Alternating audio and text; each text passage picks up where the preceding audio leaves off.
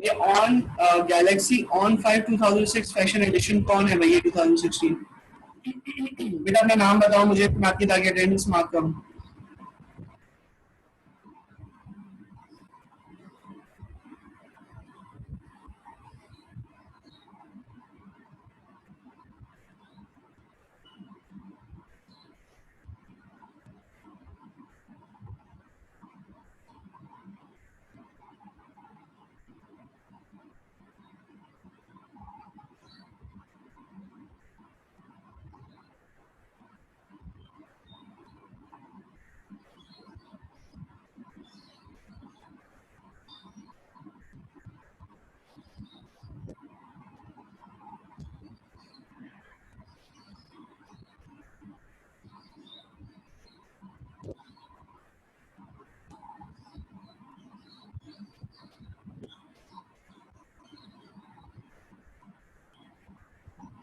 अच्छा ओके,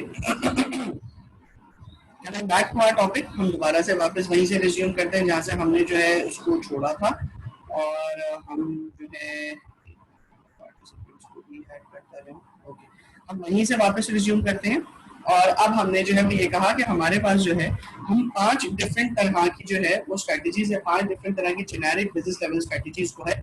इन तमाम की तमाम चीजें जो कि हमने डेफिनेशन में जो है वो अंडरस्टैंड की, इन तमाम की तमाम डेफिनेशंस को लेके इस तरह की स्ट्रेटजीज का जो है वो वर्कआउट जो है वो हम करते हैं।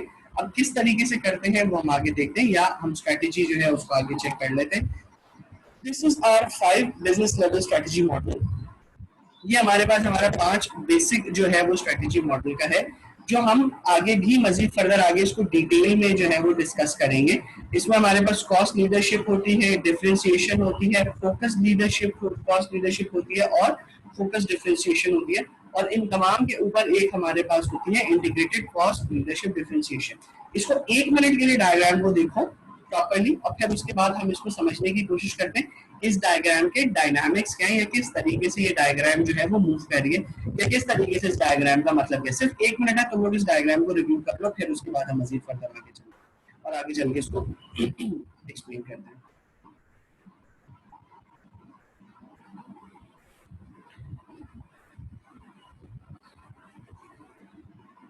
ये बेटा गैलेक्सी ओ ऑन 5 2016 फैशन कौन है ये?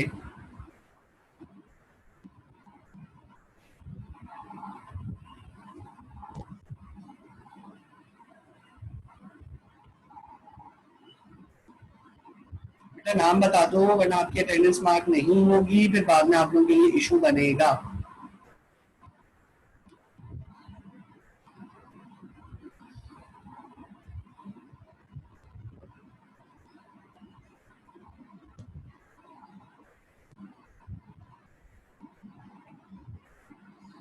ओके, अब हम देखते हैं, अब हम मतलब हमने इस डायग्राम को भी थोड़ी देर के लिए देखा, तो अब हम इस डायग्राम को अंडरस्टैंड करने की कोशिश करते हैं कि ये डायग्राम बेसिकली है क्या। देखो इस डायग्राम में आप सबसे पहले स्टार्ट करो, और स्टार्ट करके कॉस्ट लीडरशिप के ऊपर अगर आप बात करो, जो कि मेरा लेफ्ट का सबसे ऊपर का बॉक्स है, बल्कि इसको छोड़ो, सबसे पहले तो एक्स एक्सिस के लिहाज से बात करते हैं। हमारा जो एक्स एक्सिस है, मतलब जो हमारा ग्राउंड लेवल है, वो हमारे पास बेसिस होता है कस्टमर वैल्यू का। मतलब हम किस चीज के ऊपर कस्टमर को वैल्यू दे रहे होते हैं। इसके 2 ग्रेड्स हमारे पास होते हैं, एक हमारे पास लोएस्ट कॉस्ट होती है, एक हमारे पास डिस्टिंक्टनेस होती है। ये डिस्टिंक्टिव जो है, ये वही यूनिकनेस है जो हमने अभी ऊपर बात की थी। ये वही यूनिकनेस है जिसको हमने अभी ऊपर जिक्र किया था कि जी आप अपने जो प्रोडक्ट के ऊपर कंपेटिटिव एडवांटेज है वो 2 चीजों से ले सकते हो। एक आपके पास कॉस्ट है, जो आपके पास पहला बॉक्स आ गया, दूसरा आपके पास डिस्टिंक्टिवनेस है या यूनिकनेस है, आपके पास दूसरा बॉक्स आ गया। एक्स एक्सिस के ऊपर आपके पास ये कस्टमर वैल्यू की बात होती है, वाई एक्सिस के ऊपर आपकी टारगेट मार्केट के लिहाज से बात होती है। टारगेट मार्केट के लिहाज से किस चीज की बात हो रही होती है, या तो ब्रॉड मार्केट के ऊपर जाओगे, दैट मीन्स आप एक्सपेंडेड मार्केट के ऊपर जाओगे, पूरी मार्केट के ऊपर जाओगे, या आप नैरो मार्केट के ऊपर जाओगे। नैरो मार्केट का मतलब ये है कि आप छोटी मार्केट या लिमिटेड या रिस्ट्रिक्टेड मार्केट के ऊपर जाओगे। गैलेक्सी ऑन 5, बेटा आपका नाम क्या है? माइक तो आपने ओपन कर लिया है।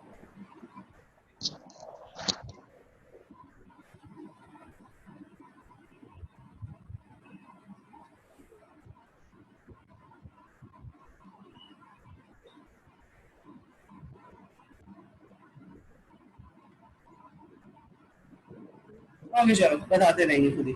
ठीक है, इसके बाद अब अगर हम इस जो है वो पूरे के पूरे डायग्राम को देखें तो we will see this thing कि हमारे पास जो है रुबाब, ओके रुबाब बेटा,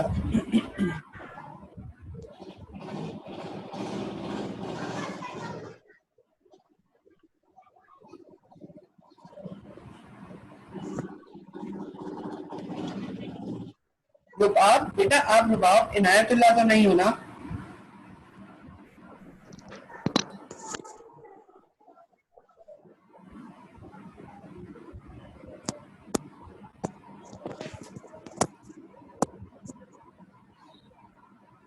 बेटा मुझे 1 मिनट दो, मैं आप लोगों के साथ में सर मैं रुबाब इनायतुल्लाह ही हूँ। ओके ठीक है बेटा, ठीक है, आई था शायद आपकी क्लास में 2 रुबाब ना। ठीक है रुबाब बेटा, आपका जो है आपके अटेंडेंस मैंने माफ कर दी, ठीक है।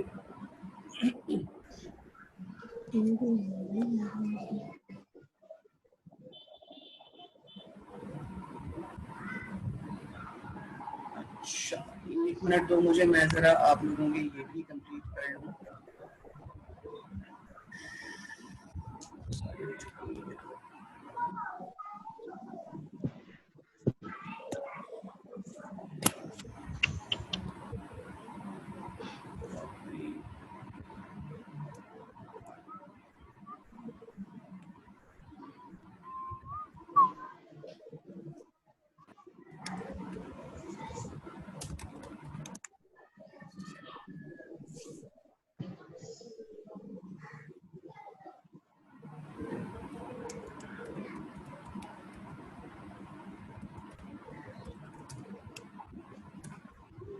ओके अच्छा जनाब,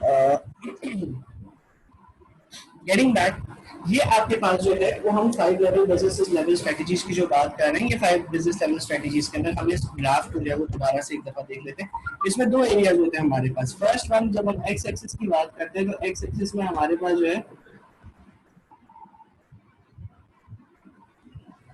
हम जो है वो एक्स एक्सिस के ऊपर जब हम बात करते हैं तो एक्स एक्सिस पे हमारे पास कस्टमर वैल्यू की बात करते हैं, वाई एक्सिस पे जब हम लेते हैं तो वाई एक्सिस पे हम लोग टारगेट मार्केट की बात करते हैं। हम लोग कस्टमर वैल्यू में क्या लेते हैं, लोअर कॉस्ट और डिस्टिंक्टिवनेस, डिस्टिंक्टिवनेस कह लो या यूनिकनेस कह लो। इसका माइक पावर है, अच्छा नेता बेटा आपका और प्रदेव बेटा, मैंने आप दोनों के माइक्स ऑफ कर दिए। ओके अच्छा, इसके अंदर हम क्या देखते हैं, हम लोग जब एक्स एक्सिस और वाई एक्सिस का जब हम सबसे मिनिमल देखते हैं तो हमारी कॉस्ट लीडरशिप कहलाती है। जब एक्स एक्सिस पे हम मैक्सिमम देखते हैं, वाई एक्सिस के मिनिमम देखते हैं तो हमारे पास डिफरेंशिएशन कहलाती है। जब हम वाई एक्सिस का मैक्सिमम और एक्स एक्सिस का मिनिमम देखते हैं तो वो हमारे पास फ्यूचर कॉस्ट लीडरशिप कहलाती है, और उसका अदर जो है वो हमारे पास फोकस डिफरेंशिएशन कहलाती है। और इन चारों का जो मिडिल पॉइंट है वो इंटीग्रेटेड लीडरशिप कॉस्ट या डिफरेंशिएशन कहलाता है। ठीक है, अभी क्या है ये हम आगे जो है इसको डिटेल में पढ़ेंगे और डिटेल में जो लेके चलेंगे। अब हम एक एक हेड्स को लेके चलते हैं। सबसे पहले हम लेके चलेंगे कॉस्ट लीडरशिप को। कॉस्ट लीडरशिप स्ट्रेटजी क्या है, या कॉस्ट लीडरशिप स्ट्रेटजी हमें क्या कहती है? कॉस्ट लीडरशिप स्ट्रेटजी हमें ये कहती है कि कंपेटिटिव एडवांटेज का मतलब ये होगा हमारे पास the lower cost leader and operates with margin greater than other competitors. Means कि आपकी जो लीडरशिप कॉस्ट है या आपकी जो या जो आपकी एक्सपेंसेस कॉस्ट है वो आपके पास जो है लोएस्ट होती है, और ये ऑपरेट कर रहे होते हैं मार्जिन के ऊपर जो कि आपके कंपैटिटर से सबसे ज्यादा होता है। मार्जिन का मतलब ये हम प्रॉफिट मार्जिन इसे कहते हैं, मतलब कि अपनी कॉस्ट को लीडरशिप चाहती है, लीडर ही कॉस्ट को जो है वो सबसे कम से कम रखते हैं और ये अपने प्रॉफिट मार्जिन को ज्यादा से ज्यादा रखते हैं अपने कंपैटिटर्स के मुकाबले में। कंपैटिटिव स्कोप इनका क्या है? स्कोप इनका डेफिनेटली ब्रॉड होता है, मिनिमम तो होता नहीं है। उसके बाद integrated set of actions designed to produce और deliver goods and services with features that are acceptable to customers at a lower cost relative to its competitors. अच्छा, इसकी एग्जांपल या इस पर्टिकुलर स्ट्रेटजी की जो सबसे बेस्ट एग्जांपल अगर कोई आपको मिल सकती है ना, तो that you can coat the example of Q mobile. अगर आप क्यू मोबाइल के लिहाज से बात करो तो उसके अंदर कॉस्ट लीडरशिप स्ट्रेटजी सबसे ज्यादा बेस्ट तरीके से फिट इन करती है। क्यों? क्योंकि उन्होंने एक्शंस अपने इस तरीके से डिजाइन किए कि उन्होंने प्रोडक्ट को डिलीवर किया किसके पास? उन फीचर्स के साथ जो कि मैक्सिमम एक्सेप्टेबल थे कस्टमर के साथ एट द लोएस्ट कॉस्ट। सबसे कम से कम कॉस्ट के ऊपर। लाइक अगर आप उसी के कंपैरेटिवली अगर आप सैमसंग की एग्जांपल लो तो Samsung is way too expensive, iPhone की एग्जांपल लो iPhone is way too expensive, Nokia की एग्जांपल लो Nokia is also not way too expensive but yes expensive, Huawei की एग्जांपल लो हवावे इज एक्सपेंसिव, ओप्पो की example लो Oppo is expensive. So cost leadership strategy के अंदर उन्होंने क्या किया, यही तमाम के तमाम बड़ी कंपनीज के फीचर्स जो कि सबसे ज्यादा एक्सेप्टेबल है उन्होंने फीचर्स को उठा के कस्टमर्स को प्रोवाइड कर दिया with the lowest cost model. आप क्यों मोबाइल का कोई भी मोबाइल उठा लो उसका मैक्सिमम जो मोबाइल आपको कॉस्ट करेगा हाईएस्ट साइड के ऊपर तो 50,000 रुपीज का कॉस्ट करेगा, इससे ज्यादा नहीं जाएगा। लेकिन अदर साइड अगर आप सैमसंग की बात करो तो सैमसंग के जो इनोवेटिव मोबाइल्स हैं या सैमसंग के जो एक्सेप्टेबल मोबाइल है या एक्सेप्टेबल फैसिलिटेटेड मोबाइल है वो तमाम के तमाम 50 के बाद स्टार्ट होते हैं। Same goes with iPhone, same goes with Huawei. मतलब आपका जो कॉस्ट लीडरशिप की स्ट्रेटेजी है वो इस वक्त बिल्कुल फिट बैठ रही होती है आपके पास क्यू मोबाइल के एग्जाम पे। उसका भी स्कोप ब्रॉड था, स्कोप ब्रॉड होने का मतलब ये था कि उसे मैक्सिमम क्लस्टर को जो है वो लेके चला और प्रॉफिट मार्जिन, यस उनका प्रॉफिट मार्जिन भी ज्यादा था comparative to market. No frills standardize और commodity like products. Frills standardize का मतलब ये है कि उन्होंने कोई स्टैंडर्ड नहीं बनाया हुआ था, मतलब उनका जो प्रोडक्ट होता है वो इस तरीके से होता है कि जी कस्टमर जितना मैक्सिमम उसको परचेज कर ले कर लेना, मतलब कोई फ्रिल्स नहीं है, कोई स्टैंडर्ड नहीं है, कोई कमोडिटी लाइक प्रोडक्ट नहीं है। कमोडिटी लाइक प्रोडक्ट का मतलब ये है कि आपके पास आवाज नहीं आई, बेटा मेरी और किसी को मेरी आवाज नहीं आ रही हो? बल्कि मेरी आवाज तो काफी लाउड है इस वक्त मेरे नोट के ऊपर बेटा, यहाँ पे जो मेरा वो शो कर रहा है वो तो मैक्सिमम शो कर रहा है। और किसी को आवाज का इशू? अब्दुल कादिर खत्री बेटा आपको भी आवाज का इशू हो रहा है? सर अब आ रही है, अच्छा चलो ठीक है सही है ओके। इसके बाद मतलब मजीद फर्दर आगे हम करते हैं तो हम ये कहते हैं कि जी कोई फ्रेम्स नहीं होती हमारे पास, लाइक कोई स्टैंडर्ड नहीं होता। जैसे अगर आप आईफोन की एग्जांपल लो या अगर आप सैमसंग की एग्जांपल लो तो उनके प्रॉपर स्टैंडर्ड प्रोसीजर्स होते हैं। स्टैंडर्ड प्रोसीजर का मतलब ये उन्होंने गैलेक्सी निकाला हुआ है और उन्होंने नोट निकाला हुआ है, मतलब इस तरीके से उनके बाकायदा पूरे स्टैंडर्डाइजेशन है जो कि कमोडिटी आपकी कमोडिटी लाइक भी होते हैं, कम्युनिटी लाइक भी होते हैं, आपके कस्टमर स्टैंडर्ड्स के ऊपर भी चल रहे होते हैं, मुख्तलिफ चीजें होती हैं, मुख्तलिफ स्टैंडर्ड्स के ऊपर मुख्तलिफ उसके ऊपर जो वर्कआउट कर रहे होते हैं।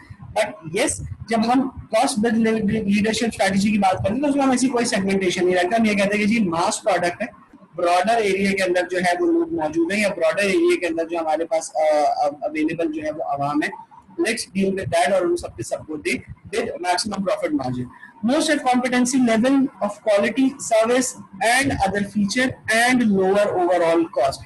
yes अच्छा इसमें एक चीज और उन्होंने ये कही, मतलब ये चीज यहाँ पे क्यों मोबाइल के ऊपर एग्जैक्टली फिट नहीं बैठेगी, बट यस जब हम इस स्ट्रेटेजी के लिहाज से बात करते हैं तो स्ट्रेटेजी के अंदर एक चीज और जो हमारे पास बेसिक रूल्स है उसमें यूज की जाती है वो ये होती है कि जी आपका जो कंपेटिटिव लेवल होता है या आपका जो कंपटीशन लेवल होता है या आपका जो फाइटिंग लेवल होता है इन शॉर्ट वो आपका सर्विस ऑफ क्वालिटी यानी कि क्वालिटी सर्विस की भी हायर स्टैंडर्ड के ऊपर हो और आपके फीचर्स के लिहाज से भी हायर स्टैंडर्ड के ऊपर हो।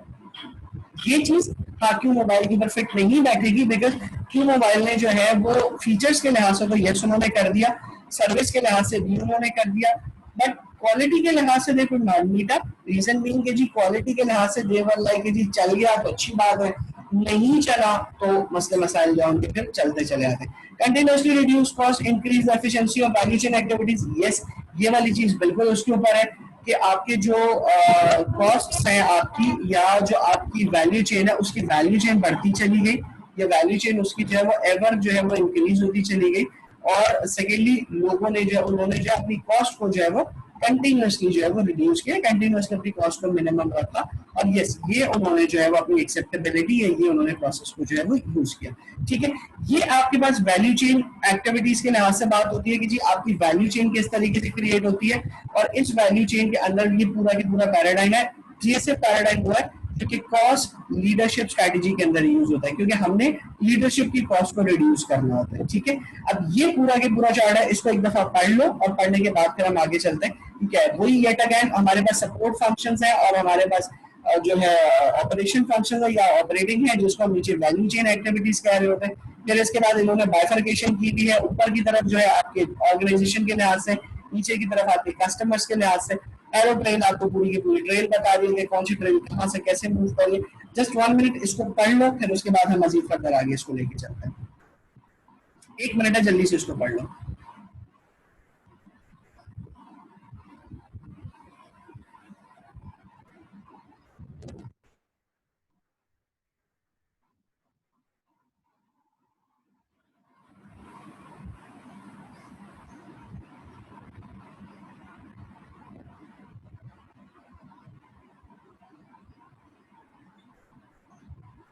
ओके, अब हम इसको होपफुली तुम लोगों ने पढ़ लिया। अब हम इसको पढ़ के भी साथ साथ पढ़ लेते हैं, ताकि जो है वो हमें पीछे वाले सारी की सारी चीजों से हम कोरिलेट भी करें और कोरिलेट करके हम आगे की तरफ मूव करें। पहली चीज, फाइनेंस के लिहाज से हर ऑर्गेनाइजेशन में 3 बेसिक एरियाज चल रहे होते हैं, फाइनेंस, एचआर और एमआईएस।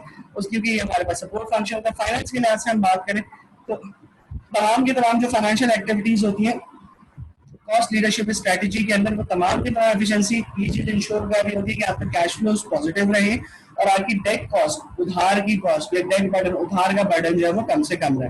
ह्यूमन रिसोर्सेज के अंदर क्या रोल अपना प्ले कर रहा होता है, develop all of those policy जो कि एफिशिएंट होती हैं, जिस एफिशिएंसी के अंदर आपके पास जो है रिटेंशन जो है वो आपके पास रहती है। रिटेंशन का मतलब ये है कि लोग ज्यादा से ज्यादा अपनी ऑर्गेनाइजेशन में स्टे करें, क्योंकि जितने ज्यादा टाइम पीरियड के लोग आपकी ऑर्गेनाइजेशन में स्टे करेंगे, आपकी कॉस्ट उतनी, एम्प्लॉय की जो हायरिंग कॉस्ट है, एम्प्लॉय की जो कॉस्ट है वो उतनी ही कम होगी। Implement training to ensure high employees efficiency, और एफिशिएंसी आप किस तरीके से इंक्रीज करते हैं, अपने एम्प्लॉयज को कंटिन्यूअसली ट्रेनिंग्स देके। एमआईएस, मैनेजमेंट इंफॉर्मेशन सिस्टम या इंफॉर्मेशन सिस्टम के लिहाज से हम जब हम बात करते हैं तो कॉस्ट लेवल स्ट्रेटजी में उसका रोल क्या होता है, develop and maintain cost effective MIS operation. आपके जितने भी इंफॉर्मेशन सिस्टम के ऑपरेशंस हैं वो तमाम के तमाम ऑपरेशंस आपके जो हैं वो सीक्वेंस के साथ रहें, ये तमाम के तमाम ऑपरेशन आपके इफेक्टिवनेस है और एफिशिएंट रहें, ताकि आपकी तमाम की तमाम जो कॉस्ट है, लीडरशिप की या टॉप लेवल की जो कॉस्ट है वो आपकी मिनिमम से मिनिमम रहे, या सपोर्ट फंक्शन की जो कॉस्ट है वो आपकी मिनिमम से मिनिमम रहे। अब हम वैल्यू चेन एक्टिविटीज के अंदर आते हैं तो सबसे पहले आपकी सप्लाई चेन मैनेजमेंट होती है। सप्लाई चेन मैनेजमेंट को सबसे पहला इसलिए कहा गया क्योंकि आपकी जो प्रोडक्शन का साइड होती है, जो आपकी प्रोडक्शन का पार्ट होता है या आपको जो प्रोडक्शन का एरिया होता है, वो टोटली वो मैक्सिमम आपका जो है वो सप्लाई चेन की साइड के ऊपर जो है वो मूव कर रहा होता है। सप्लाई चेन की जब हम बात करते हैं तो इफेक्टिव रिलेशनशिप विद सप्लायर, जो कि आपका रॉ मटेरियल प्रोवाइड कर रहा होता है और जो आपको सर्विसेज प्रोवाइड कर रहा होता है, to maintain efficient flow of goods suppliers की तरफ से फॉर ऑपरेशन। लाइक जो भी रॉ मटेरियल आपके पास आ रहा है वो रॉ मटेरियल आपके पास फ्लुएंटली आता रहे, प्रॉपर कॉस्ट के ऊपर आता रहे, कम कॉस्ट के ऊपर भी आ जाए, आपके लिए एफिशिएंसी भी क्रिएट हो। एक तो ये वैल्यू चेन एक्टिविटी के अंदर आ गया। दूसरा आपके पास ऑपरेशंस आ गया। ऑपरेशंस में आप जो है दो चीजों की बात करते हैं, ईओपी की, ईओएस की जिसको इकोनॉमी ऑफ स्केल कहते हैं, और दूसरा ईओ की बात करते हैं जिसको हम एफिशिएंट ऑपरेशन प्रोडक्शन के लिहाज से बात कर रहे होते हैं कि आप इकोनॉमी ऑफ स्केल को बिल्ड करते हो। That means minimum raw material के साथ मैक्सिमम आउटपुट, या मिनिमम रॉ मटेरियल की कॉस्ट के साथ मैक्सिमम आउटपुट एक्सेप्टेंस जो है आप क्रिएट कर रहे होते हैं। डिस्ट्रीब्यूशन चैनल्स आते हैं, डिस्ट्रीब्यूशन चैनल्स के अंदर आप वो तमाम के तमाम ट्रांसपोर्टेशन लेते हो जिसमें आप गुड और सर्विसेज को ना सिर्फ डिलीवर कर रहे होते हो बल्कि उनको अपने पास स्टॉक भी कर रहे होते हो। ये अश्योर के ये सारी की सारी चीजें लोएस्ट कॉस्ट के अंदर हो। अब इसके मुख्तलिफ ऑप्शन होते हैं, लाइक आप अपनी बिल्डिंग के अंदर भी रख सकते हो, लाइक आप अपने किसी वेयर हाउस में भी रख सकते हो, लाइक आप किसी सपोर्टिंग वेयर हाउस में भी रख सकते हो। लेट अगेन ये स्ट्रेटेजी डेवलप करना जो है वो स्ट्रेटेजी वालों का काम होता है, वो डेवलप करते हैं कि कौन सी कॉस्ट आपकी जो है वो मिनिमम कॉस्ट के ऊपर होगी। इसके बाद मार्केटिंग के लिहाज से बात करते हैं जिसमें सेल्स भी इंक्लूड होती है कि आप अपने प्रोडक्ट को टारगेट मार्केट तक किस तरीके से मार्केट करते हो। लाइक ये आपका बेसिक ब्रॉड पर्सपेक्टिव है, आप बेसिकली ब्रॉड एरिया को जो है वो केटर कर रहे हो, लेकिन ब्रॉड कस्टमर्स को भी आप कैसे केटर करोगे, कैसे अट्रैक्ट करोगे, वो आपके मार्केटिंग स्किल्स के अंदर आता है। फॉलो अप सर्विसेज का मतलब ये होता है कि कस्टमर से डायरेक्टली फीडबैक लो, कस्टमर से आप जाके पूछो कि जी हमने ये चीज दी है, हमने ये चीज मार्केट में प्रोवाइड की है, हमने ये चीज आपको प्रोवाइड की थी, अब आप हमें ये बताएं कि इस चीज के बारे में आपका क्या फीडबैक है। तो बेसिकली ये पूरा रोड मैप होता है जो कि आपकी कॉस्ट लीडर स्ट्रेटजी के ऊपर जो है वो चल रहा होता है, जिसके ऊपर कॉस्ट लीडर स्ट्रेटजी जो है वो मूव कर रही होती है। कॉस्ट लीडर स्ट्रेटजी के अंदर जो है वो हमारे पास रिलेशन 5 फोर्सेस रिलेशनशिप के लिहाज से बात करें। अच्छा 5 फोर्सेस पहले मैं एक्सप्लेन कर दूं। आपके पास 5 फोर्सेस होती हैं जो कि आपके किसी भी स्ट्रेटजी को ब्रेक कर रही होती है, किसी भी स्ट्रेटजी को इम्पैक्ट कर रही होती है।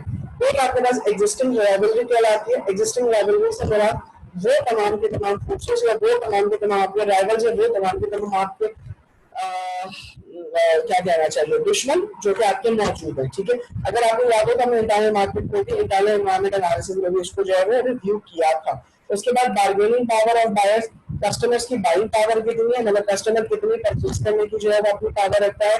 Bargaining power of suppliers, suppliers हमारे जो है वो कितने ज्यादा जो है वो अपने सप्लाई करने की जो है वो हमें कितनी कॉस्ट एफिशिएंटली जो है वो हमें सप्लाई कर सकते हैं। पोटेंशियल एरेंट्स, पोटेंशियल एरेंट्स का मतलब ये है कि आपके जो बैरियर्स हैं, जो आपकी एंट्री बैरियर्स है पर्टिकुलरली जिसकी हमने बात की थी, वो जो है कितनी एफिशिएंसी जो है वो आप इंश्योर कर सकते हो कि आप अपने एंट्री बैरियर को ओवरकम कर सको। प्रोडक्ट सब्स्टिट्यूट, मतलब कितने सब्स्टिट्यूट्स हैं या कितने जो आपके ऑल्टरनेटिव्स हैं जो कि आपके प्रोडक्ट के मार्केट में आ सकते हैं, जो कि आपके प्रोडक्ट की प्राइस को या आपको कंपटीशन दे सकते हैं। ठीक है, ये 5 हमारे पास फैक्टर है या 5 फोर्सेस हैं जिसको हम जो है हर एक स्ट्रैटेजी लेवल के ऊपर या हर एक स्ट्रैटेजी के कॉन्टेक्स्ट के अंदर जो है वो देखते हैं।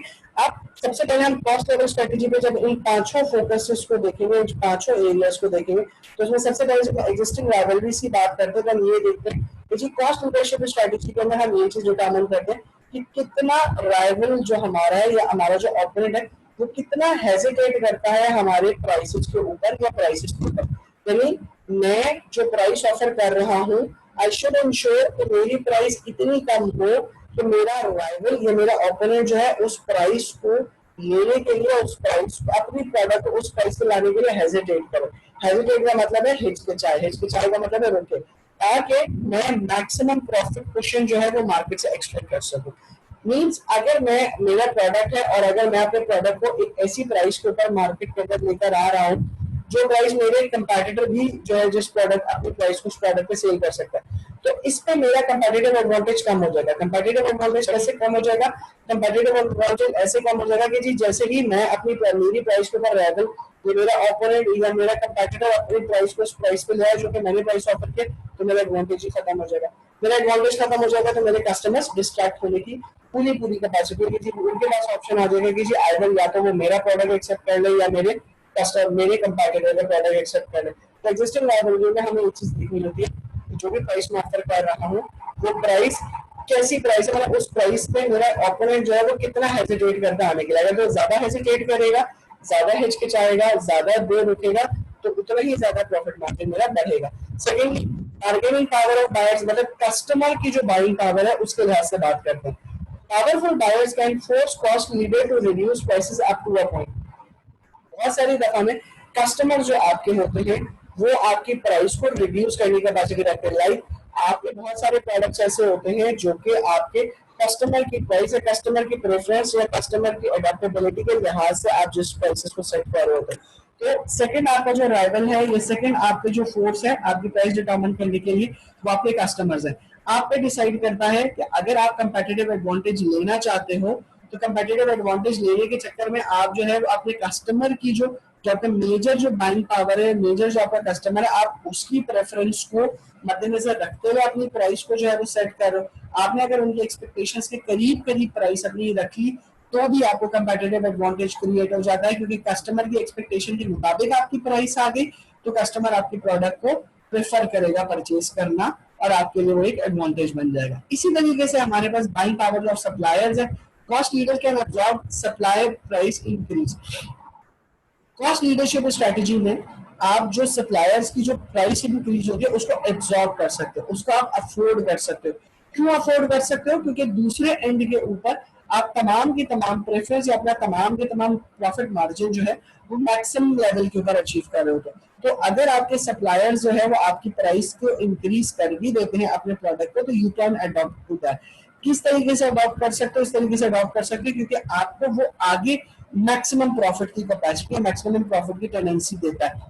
इसको अगर आपको समझना है तो इसको आप इस तरीके से समझ लो कि मिसाल के तौर पे हमारे पास जो मुख्तलिफ मशीन्स होती हैं जो हमारे ऑफिस में या घरों के अंदर इंस्टॉल हुई होती है, उन सब के सर्विस एग्रीमेंट्स होते हैं। सर्विस एग्रीमेंट्स क्या होते हैं? सर्विस एग्रीमेंट्स होते हैं कि जी बंदा आएगा, बंदा आके आपकी मशीन की सर्विस करेगा, सर्विस करके चला जाएगा, ठीक है। वही मशीन का आपका सप्लायर भी होता है। अगर आप उस सर्विस के लिहाज से बात करें तो सर्विस के लिहाज से आप एक हैंडसम अमाउंट, लाइक सपोज कि मैं 3,000 रुपए अगर लूँ और अगर एक महीने की सर्विस के 3,000 रुपए दे रहे हैं तो it makes 36,000 rupees a year. आप सप्लायर को 36,000 रुपए एडिशनल दे रहे हो। एडिशनल क्यों दे रहे हो? क्योंकि एक आपने मशीन परचेज की, मशीन परचेज करने के बाद आपने उस मशीन की अब हर महीने आप सर्विस भी करा रहे हो, ठीक है। हर कोई ये सर्विस नहीं कराता। आप अपने कंपेटिटिव एडवांटेज को लेने के लिए आप ये सर्विस करा रहे हो तो आप ये एडिशनल प्राइस भी पे कर रहे हो, लेकिन जो प्राइस आप ये एडिशनल पे कर रहे हो ये ऊपर आपकी बाइंग पावर ऑफ परचेज और एग्जिस्टिंग लायबिलिटी से आप उससे प्रॉफिट भी उतना ही ज्यादा कमा रहे हो। तो इससे आपको फायदा क्या होता है कि आप वो 36,000 रुपए जो एडिशनल पे कर रहे हो वो आपके लिए एब्जॉर्ब हो जाते हैं। कंपैरेटिव आपके कंपेटिटर शायद ये भी कर सकते हैं कि जी वो मशीन को छोड़ दे, मशीन को उसने एक दफा लगा दिया, लगाने के बाद उसने कहा कि जी मशीन चली जाए चली जाए और चली जाए, जब खराब होगी तब देखेंगे। जब उसकी मशीन खराब होगी तो वो शायद जितना रिपेयर करने की कॉस्ट हो वो कॉस्ट आपकी जो आपने सप्लायर को अपनी मेंटेनेंस सर्विस कॉस्ट की थी उससे कहीं गुना ज्यादा हो सकती है। जैसे आपने मेंटेनेंस कराने के लिए सिर्फ 36,000 रुपीज दिए एक साल के, सपोजिटली उसके एक साल के अंदर मेंटेनेंस ना कराने की वजह से मशीन का कोई पार्ट टूट गया और वो पार्ट आया लाख रुपए का, तो अब आप खुद देख लो 36,000 का में या लाख रुपया का में।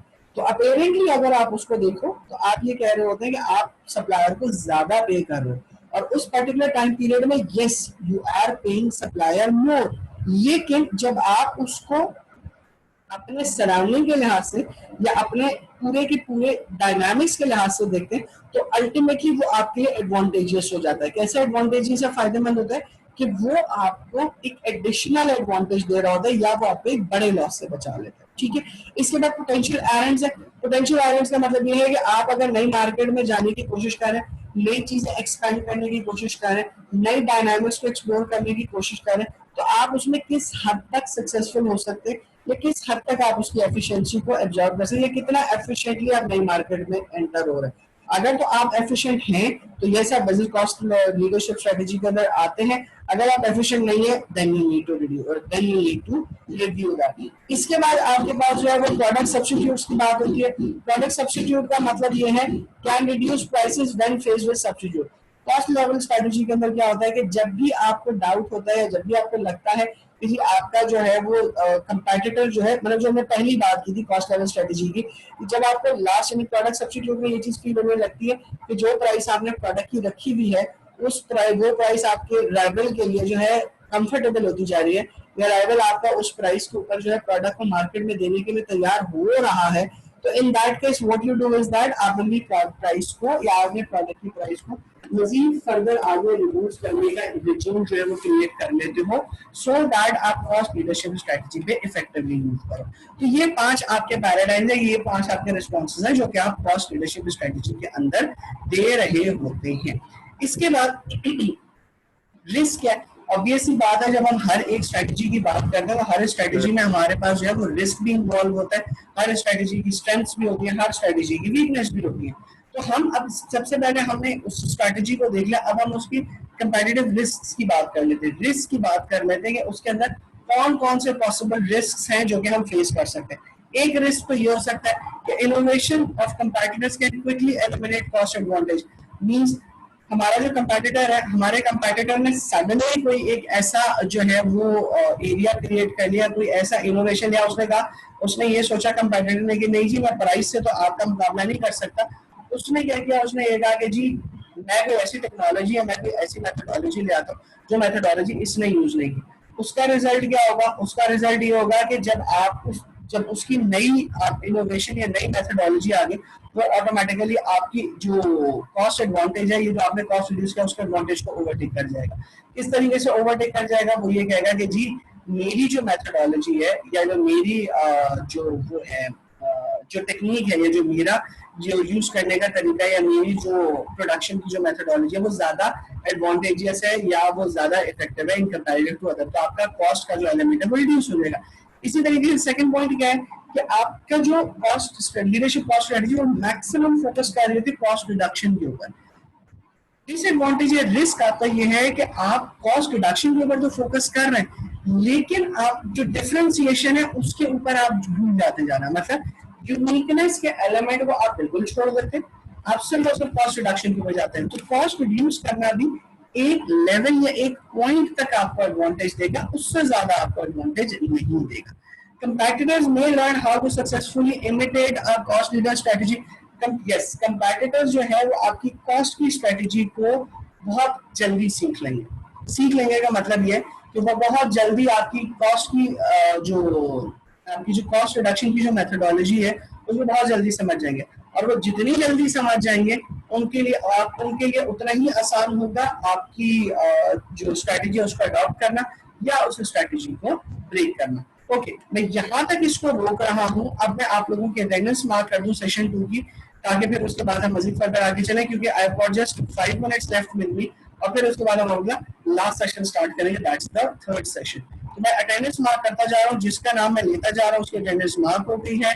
जो रिमेनिंग है वो मुझे बता दें अपनी अटेंडेंस। अलमास ए वहीद है, अलमास सत्तार है, आसिया है,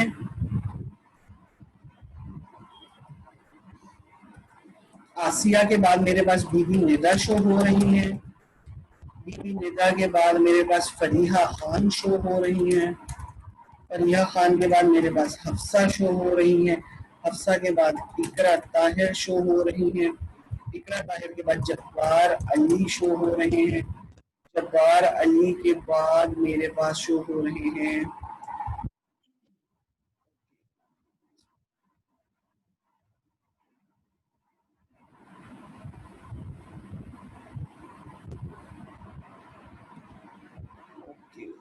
इकरा ताहिर, इकरा ताहिर के बाद मेरे पास जब्बार शो हो रहे थे, जब्बार के बाद काशिफ शो हो रहे हैं, काशिफ अब्दुल गनी के बाद माहीन, माहीन और माहीन एक अयूम, ये दो अलग अलग है बेटा? बेटा आप दोनों अलग अलग हो या एक ही मोबाइल फोन, दो अलग अलग एक ही यूज कर रहे हो? ये मुझे कंफर्म कर देना। उसके बाद मिनाल खत्री है, मिनाल खत्री के बाद नादिर, सॉरी नादिर कौन है बेटा मुझे बता दो, I just missed it once again. Nadir के बाद पलवशा है, पलवशा के बाद मेरे पास शो हो रहे हैं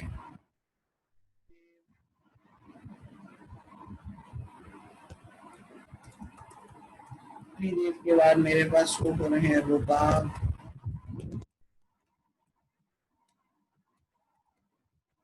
रुबाब इनायतुल्लाह के बाद शो हो रहे हैं उसामा खत्री,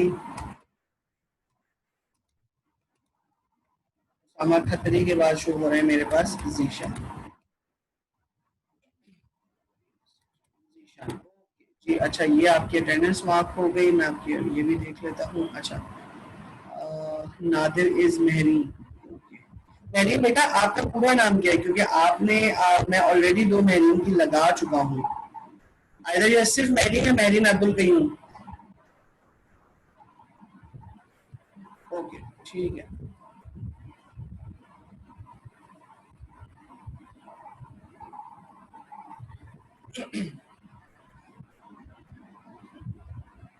ओके ठीक है। अच्छा, इसके बाद आपका जो है वो थर्ड सेशन जो है वो इंशाल्लाह ये डिसकंटिन्यू होता है, तो मैं आपका थर्ड सेशन स्टार्ट करूंगा, that will be your last session, जिसके अंदर हम मजीद फर्दर आगे चीज़ों को लेके चलेंगे। ओके, हम इसी को मजीद फर्दर आगे भी लेके चलते हैं और देख लेते हैं। हमने टाइप बिजनेस लेवल के अंदर जो है या बिजनेस लेवल स्ट्रेटेजी के डिसएडवांटेज या कंपैटिटिव रिस्क को जो है वो हमने देख लिया। अब हम सेकंड लेवल के ऊपर आते हैं, सेकंड एरिया को हम आगे देखते हैं। सेकंड एरिया हमारे पास डिफरेंशिएशन का एरिया है।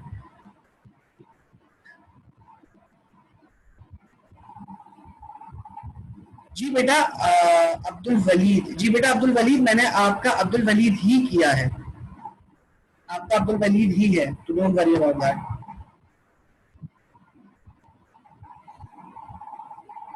ओके, इसके बाद हम देखते हैं डिफरेंशिएशन, मतलब सेकंड स्ट्रेटजी को अंडरस्टैंड करने की कोशिश करते हैं। डिफरेंशिएशन के अंदर जो आपका सबसे पहली चीज that is your comparative advantage, वो किस चीज का होता है? कंपैरेटिव एडवांटेज होता है आपका डिफरेंशिएशन या यूनिकनेस का। मतलब आपका प्रोडक्ट बाकी तमाम के तमाम प्रोडक्ट से डिफरेंट है, मतलब मुख्तलिफ है, तमाम के तमाम प्रोडक्ट से यूनिक है। इसके अगर आपको बेस्ट एग्जांपल लेके चल रहे हैं तो आप आईफोन को लेके चलो। आईफोन आप कुछ भी कह दो, अभी तक उसके ऑल्दो बहुत सारे फीचर्स जो है वो कॉमन हो सकते हैं, लेकिन अभी तक उसके बहुत सारे ऐसे डिस्टिंक्ट और बहुत सारे ऐसे यूनिक फीचर्स हैं जो कि अभी तक मार्केट में किसी और प्रोडक्ट के ऊपर नहीं है। सेकेंडली, जो इसका स्कोप है वो भी ब्रॉड होता है, यस वो भी मैक्सिमम लोगों को केटर करने के लिए होता है, मतलब कोई लिमिटेड टारगेट ऑडियंस नहीं होती है इसकी, बल्कि इसका स्कोप बड़ा होता है, मतलब मैक्सिमम लोग जो है वो उसको लेके चल सकते हैं। अब हम मजीद फर्दर आगे इसकी डेफिनेशन और इसकी एक्सप्लेनेशन के ऊपर आते हैं। Integrated set of action designed by a firm to produce or deliver goods or services at an acceptable cost that customer perceive as being different, unique in ways that they are important to them. Means ये कि आपका जो action plan होता है differentiation के अंदर वो ये होता है कि आपका जो भी प्रोडक्ट है वो उस प्राइस के ऊपर या उस कॉस्ट के ऊपर जो है मार्केट के अंदर डिलीवर किया जाए जो कॉस्ट कस्टमर के लिए एक्सेप्टेबल है। एक्सेप्टेबल होने का मतलब यह है कि कस्टमर जो है उस प्राइस को देने के लिए तैयार है। वो प्राइस मार्केट की प्राइस से या उस मार्केट में उसके बाकी जो प्रोडक्ट है उसकी प्राइस से ज्यादा हो सकती है, ठीक है, लेकिन कस्टमर जो है वो ज्यादा प्राइस भी देने के लिए तैयार है। क्यों ज्यादा प्राइस देने के लिए तैयार है? इसलिए महाविश शाहिद, ओके,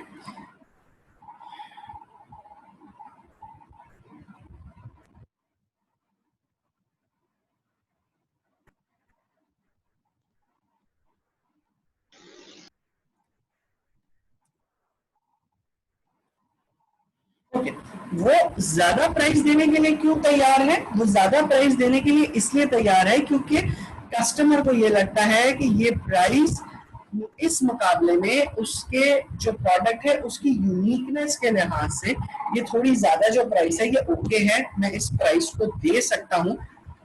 कस्टमर इस चीज को कंसिडरेशन में रखते हुए जो ज्यादा प्राइस है वो देने के लिए तैयार हो जाता है। और वो क्यों तैयार हो जाता है? क्योंकि जो फीचर, जो एडिशन, जो प्रोडक्ट्स, जो कॉन्टेक्स्ट वो चाहता है वो उसको प्रोडक्ट के अंदर मिल जाते हैं। तो जब वो उसको प्रोडक्ट के अंदर मिल जाते हैं तो it becomes very easy for him या it becomes acceptable for him कि वो उस पर्टिकुलर प्रोडक्ट को उस पर्टिकुलर प्राइस पे जो कि मार्केट से थोड़ी ज्यादा है वो एक्सेप्ट कर ले। ओके, इसके बाद इसका टारगेट कस्टमर क्या है? टारगेट कस्टमर जो परसीव करता है, जो टारगेट कस्टमर डिफरेंशिएशन के अंदर जो अंडरस्टैंड करता है वो परसीव करता है प्रोडक्ट की वैल्यू को, प्रोडक्ट की कॉस्ट को नहीं, वो वैल्यू को परसीव करता है। वैल्यू को परसीव करने का मतलब ये उसके लिए इंपॉर्टेंट उसकी वैल्यू है। अगर वो मार्केट से थोड़ा ज्यादा पैसे दे भी रहा है तो वो इस चीज को ऐसे एक्सेप्ट नहीं करता कि जी मैं मार्केट से ज्यादा दे रहा हूँ। वो ये कहता है कि हाँ जी मैं मार्केट से ज्यादा पैसे दे रहा हूँ, बट मार्केट से ज्यादा पैसे देने की मेरी वजह, मेरा रीजन ये है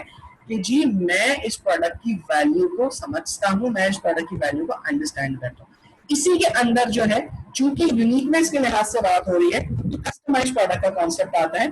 कस्टमाइज प्रोडक्ट का मतलब ये कि बहुत सारे प्रोडक्ट आपके जो है वो कस्टमाइज्ड बन रहे होते हैं, मतलब आपकी मर्जी के मुताबिक भी बन रहे होते हैं। मर्जी के मुताबिक बनने का मतलब ये कि कुछ प्रोडक्ट्स आपके जो है वो यूनिक होते हैं, कुछ प्रोडक्ट्स आपके जो है वो ऐसे होते हैं कि उसमें कुछ एडिशनल फीचर्स लाते हैं, मतलब एक तो एडिशनल टेस्ट जो है उसके अंदर लेकर आते हैं, आपकी मर्जी के मुताबिक का फ्लेवर उसके अंदर ऐड कर देते हैं। This is what we call customize product. अब कस्टमाइज प्रोडक्ट आपको समझना है तो बिल्कुल इस तरीके से समझो जिस तरह बहुत सारे लोग बिरयानी में आलू डलवा के खाते, बहुत सारे लोग बिरयानी में आलू डलवा के नहीं खाते। तो वो जो ये दो चीजें ये कस्टमाइजेशन कहलाती है कि स्टैंडर्ड में वो है लेकिन if you don't want it तो आप उसको एक्सक्लूड भी कर सकते हो।